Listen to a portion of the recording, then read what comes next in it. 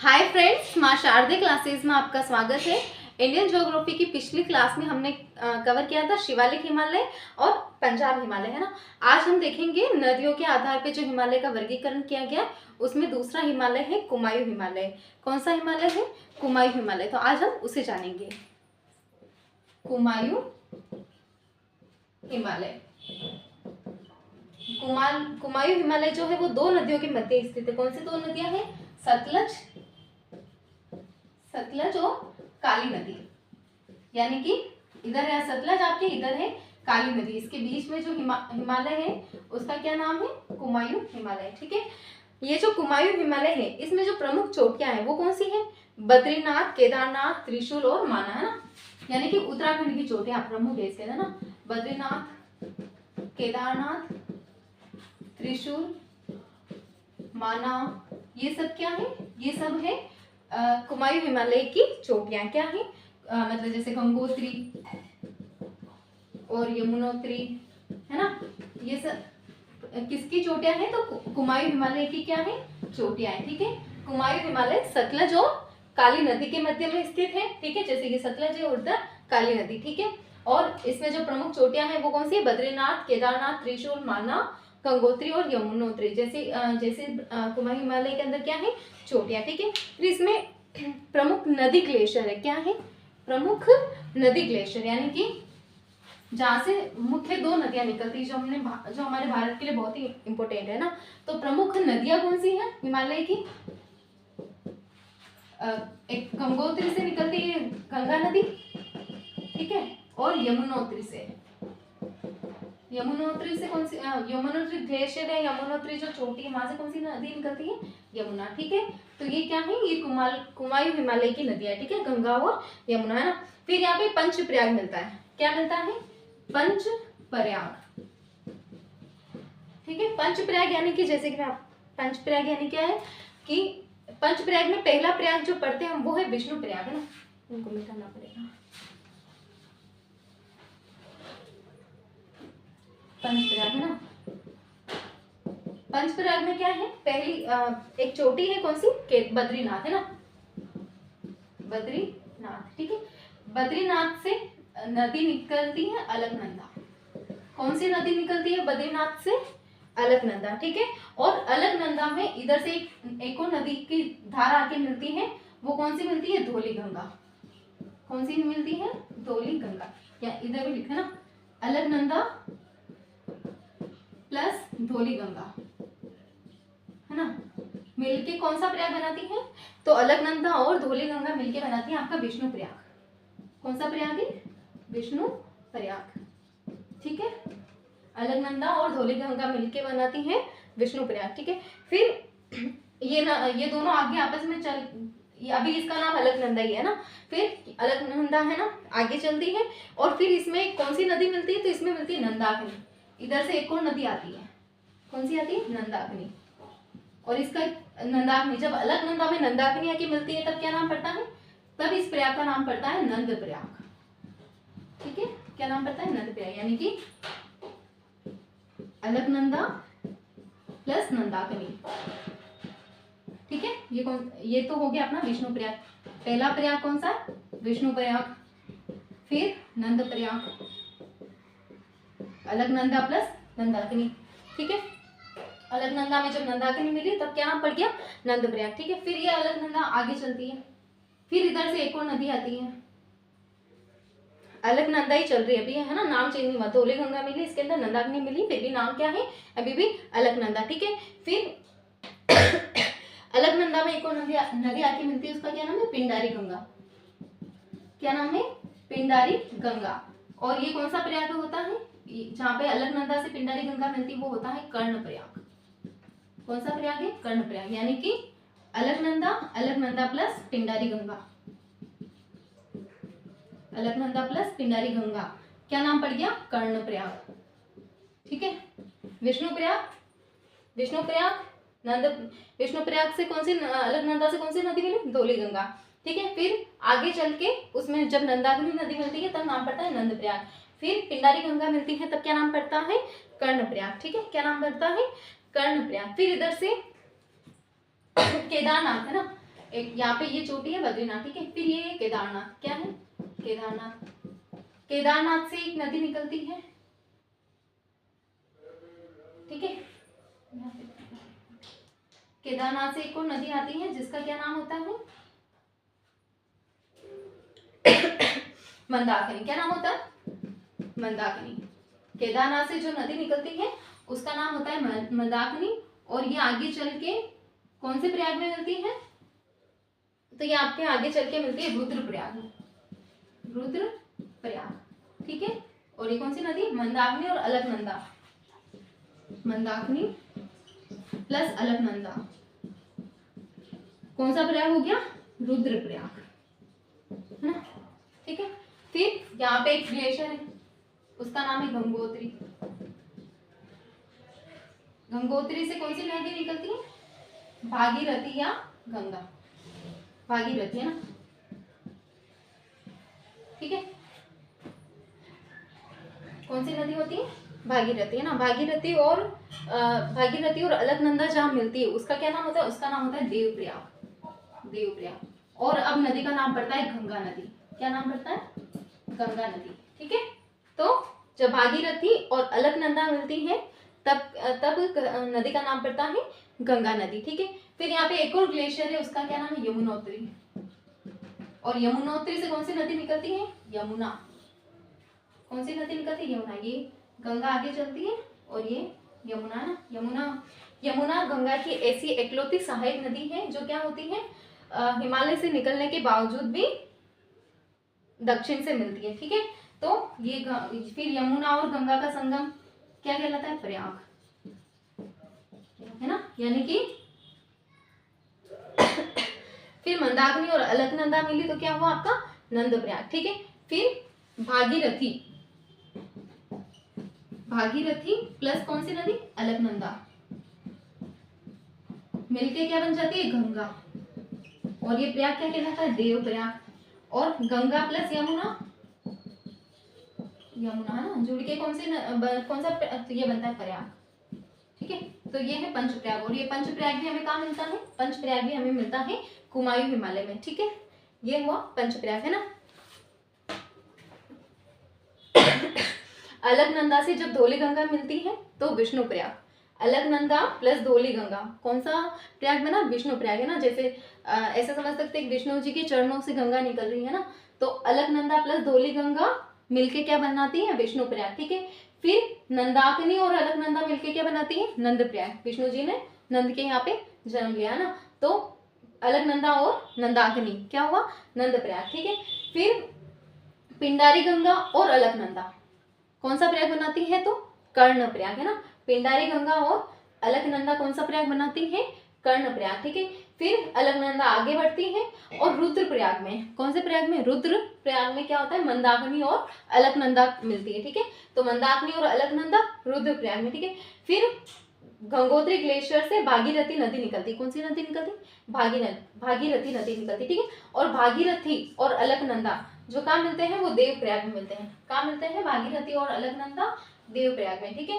फिर यमुनोत्री से यमुना नदी निकलती है और यमुना और गंगा का संगम जो होता है वो क्या कहलाता है, प्रयाग, ठीक है। तो ये पंचप्रयाग का कॉन्सेप्ट समझ में आया। और ये पंचप्रयाग भी हमें कहाँ देखने को मिलता है, हमें मिलता है कुमायूं हिमालय में, ठीक है।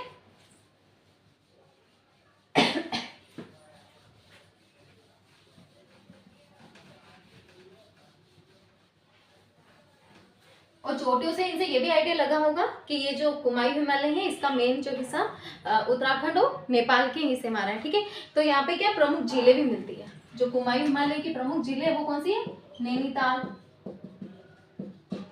नैनीताल, सातताल, यहाँ की क्या है प्रमुख झीलें, है ना, नैनीताल, सातताल, भूमिताल, ये कुमायूं हिमालय की क्या है, कुमायूं हिमालय की प्रमुख झीलें, है ना। फिर यहाँ पे प्रमुख हिल स्टेशन भी है, पर्यटन स्थल भी है, कौन कौन से, धर्मशाला, मसूरी, शिमला, धर्मशाला, मसूरी, शिमला,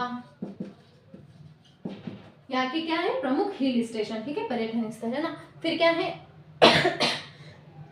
प्रमुख दर्रे, तो हिमाचल प्रदेश में कौन कौन से दर्रे देखे थे हमने, शिवकिला, बारालाचा और रोहतांग दर्रा, है ना। शिवकिला, बारालाचा, और कौन सा दर्रा था, रोहतांग दर्रा, है ना, ये हिमाचल प्रदेश के प्रमुख दर्रे है ना। फिर उत्तराखंड के दर्रे में देखेंगे माना दर्रा, नीति दर्रा, माना दर्रा, नीति दर्रा, लिपुलेख दर्रा, एक और दर्रा आजकल चर्चा में लिंपियाधुरा, लिंपियाधुरा, है ना। तो ये सारे दर्रे कहाँ स्थित है, ये आप कुमायूं हिमालय है ना, हिमाचल प्रदेश, उत्तराखंड, हिमाचल प्रदेश में शितकिला, बारालाचा और रोहतांग, और उत्तराखंड में माना, नीति, लिपुलेख, लिंपियाधुरा। इन दर्रों की भी मैंने आपकी क्लास ले रखी है, तो आप उनसे और अच्छे से समझ सकते हो, ठीक है।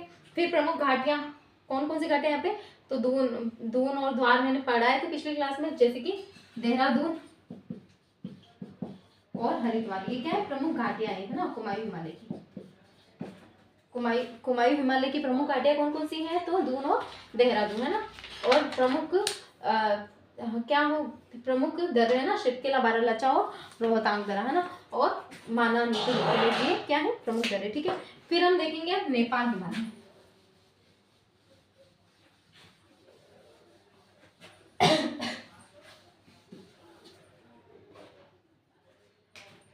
नेपाल हिमालय है ना, इसका क्या नाम है, सिक्किम हिमालय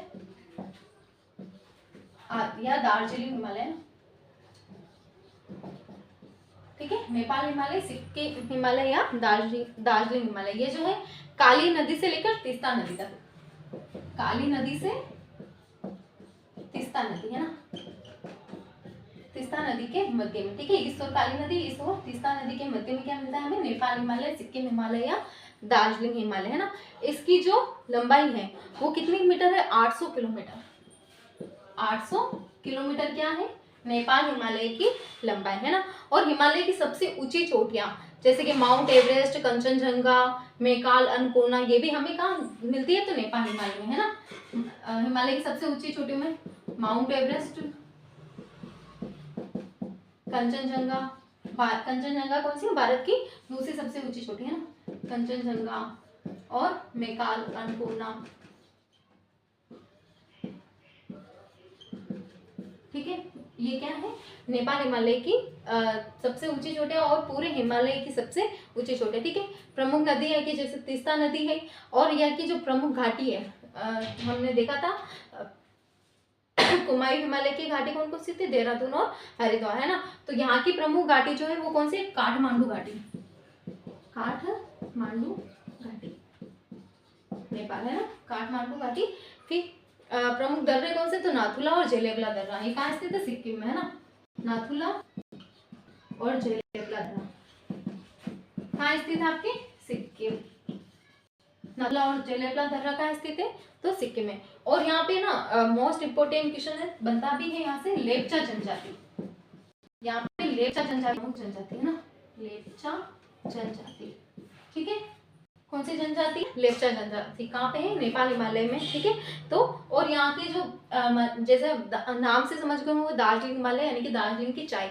तो ये जो हिमालय है ना, इसका क्या है, मध्यम ढाल है, ये जो ढाल होता है ना, वो ढाल जो है एकदम ऐसे मध्यम ढाल है, खड़ा ढाल नहीं, मतलब बिल्कुल ऐसे मध्यम ढाल है ना, हल्का हल्का ढाल है।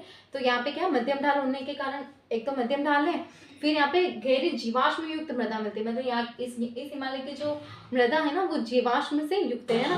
और वर्ष भर यहाँ पे वर्षा भी होती है, और यहाँ पे जो शीत ऋतु होती है वो भी क्या होती है, मंद होती है ना। क्या होती है देखो, जो कि क्या है, चाय के लिए प्रमुख है ना, चाय के बागान के लिए सर्वाधिक उपयुक्त है। यहाँ से आपके क्वेश्चन जैसे कि क्या है, चाय के लिए क्वेश्चन क्या बन जाएगा आपका, चाय के लिए उपयुक्त परिस्थितियां कौन सी है ना, चाय के लिए उपयुक्त परिस्थितियां ना, तो क्या है, मध्यम ढाल। आपने फिल्म में, टीवी में देखा ही होगा, वो सीढ़ीदार है ना, तो सीढ़ीदार खेती करते चाय में ना, तो वो क्या है वैसा, यहाँ पे क्या मिलता है, बिल्कुल मध्यम ढाल मिलता है, ठीक है। फिर जीवाश्म युक्त मृदा, एक तो मृदा गहरी भी और क्या जीवाश्म युक्त, है ना, जीवाश्म युक्त मृदा, ठीक है। वर्ष भर वर्षा, वर्ष भर वर्षा, और मंद शीत ऋतु, यानी कि कठोर शीत ऋतु नहीं होती, मंद शीत ऋतु, है ना। ये सब क्या है, ये सब है, ये जो ये प्रमुख विशेषता क्या है, ये चाय की खेती के लिए उपयुक्त है और वो यहाँ पे मिलती है। ठीक है, मतलब नाम से है ना, दार्जिलिंग हिमालय, दार्जिलिंग किसके लिए फेमस है, चाय के लिए, है ना। तो नेपाल हिमालय, सिक्किम हिमालय या दार्जिलिंग हिमालय काली नदी और तीस्ता नदी के मध्य में स्थित है। 800 किलोमीटर की लंबाई है। यहाँ की हिमालय की सबसे ऊंची चोटियां कंचनजंगा, माउंट एवरेस्ट, मेकाल यहाँ पे मिलती है। ठीक है, फिर काठमांडू घाटी है और मोस्ट इंपोर्टेंट लेप्चा जनजाति का यहाँ पे निवास है। ठीक है, क्या है, लेप्चा जनजाति का निवास। फिर दर्रे कौन कौन से, तो नाथुला, जेलेपला, सिक्किम के 2 दर्रे मैंने आपको याद कराए थे। ठीक है, तो कौन कौन से दर्रे होंगे, नाम से पता चल रहा है, नाथुला और जेलेपला। ठीक है, और चाय के लिए उपयुक्त स्थल है। ठीक है, फिर हम देखेंगे अब असम हिमालय।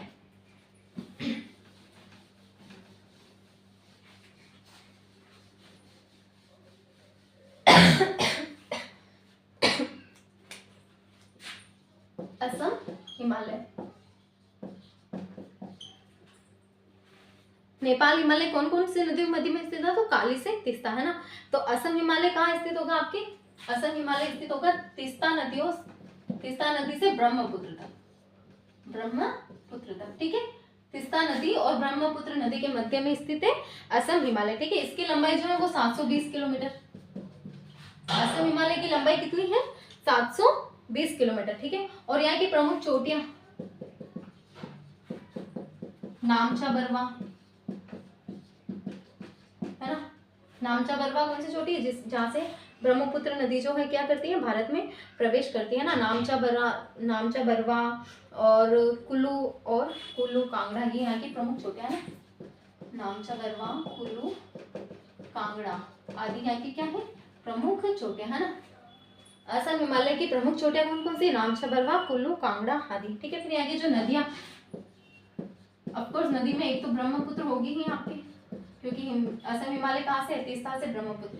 फिर ब्रह्मपुत्र की जो सहायक नदियां हैं, लोहित, दिहांग, दिबांग, है ना, वो भी इसमें शामिल होगी, लोहित, दिहांग और दिबांग, ये क्या है, ब्रह्मपुत्र की सहायक नदियां हैं और असम हिमालय की प्रमुख नदियां भी है। ठीक है, फिर यहाँ पे है ना, क्या कहते हैं, जनजातियां,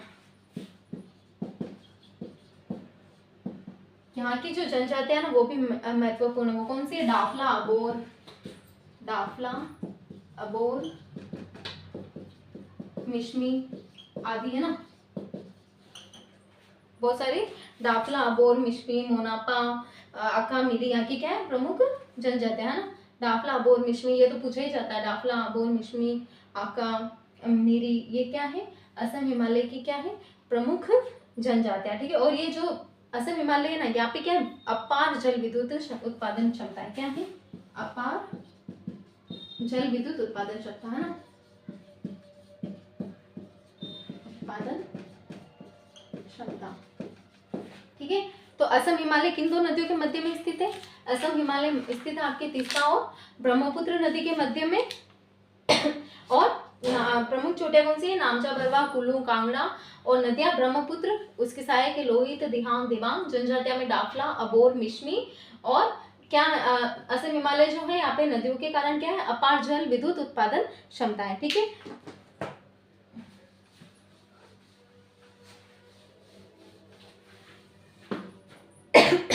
इस हिमालय को मैं आपको ना एक ऐसे मैप से समझा देती हूँ। ये क्या है, जैसे कि आपका नदी बेस के आधार पे हिमालय है ना। तो पहला हिमालय कौन सा था, पंजाब हिमालय, किन 2 नदियों के मध्य में पड़ा था हमने पंजाब हिमालय, तो पंजाब हिमालय हमने पढ़ा था सिंधु और सतलज की नदी, है ना। तो ये कौन सी नदी बह रही है, सिंधु और ये सतलज, सिंधु और सतलज नदियों के मध्य में स्थित है पंजाब हिमालय। ठीक है, फिर सतलज और काली के मध्य में स्थित है, सतलज और काली के मध्य में स्थित है कुमायूं हिमालय, कुमायूं, है ना, सतलज और काली नदी के मध्य में। ठीक है, फिर काली और तीस्ता के मध्य में कौन सा हिमालय स्थित था, काली और तीस्ता के मध्य में स्थित था आपका नेपाल हिमालय। कौन सा हिमालय, नेपाल हिमालय और तीस्ता, ना, काली और तीस्ता। फिर तीस्ता और ब्रह्मपुत्र,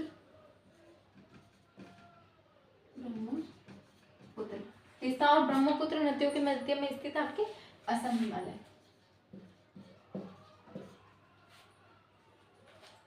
पंजाब हिमालय सिंधु और सतलज के मध्य, सतलज और काली के मध्य कुमायूं हिमालय, काली और तीस्ता के मध्य में नेपाल हिमालय, और तीस्ता और ब्रह्मपुत्र के मध्य में क्या स्थित है, तीस्ता और ब्रह्मपुत्र के मध्य में स्थित है आपका असम हिमालय। तो ये हुआ नदियों के आधार पे हिमालय का वर्गीकरण। किसके आधार पे, नदियों के आधार पर। किसने किया था, सिडनी गेराल्ड बराड ने, सिडनी गेराल्ड बराड के अनुसार ये हिमालय का वर्गीकरण है। ठीक है, अब हम देखेंगे नेक्स्ट क्लास में next topic. So thank you.